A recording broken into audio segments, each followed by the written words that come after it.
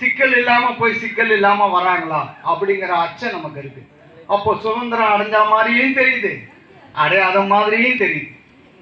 காந்தி சொல்றாரு, நான் வாங்கி கொடுத்த சுதந்திரம் என்பது எப்படி இருக்க வேண்டும், சுதந்திர நாடுன்னா அது எப்படி இருக்கணும்.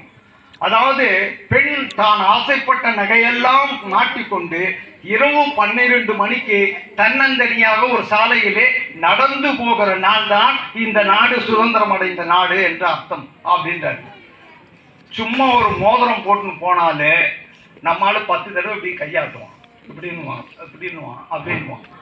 அதுவும் நகையெல்லாம் வாங்கி கொடுத்து மனைவிக்கு வாங்கி போட்டு கூட்டின்னு போனாருன்னா பின்னாடியே அவர் பெரிய பாராவுக்கு போகிற போலீஸ்கார் மாதிரி தான் போகணும். ஏன்னா எங்கே என்ன நடக்கும்னு தெரியாது.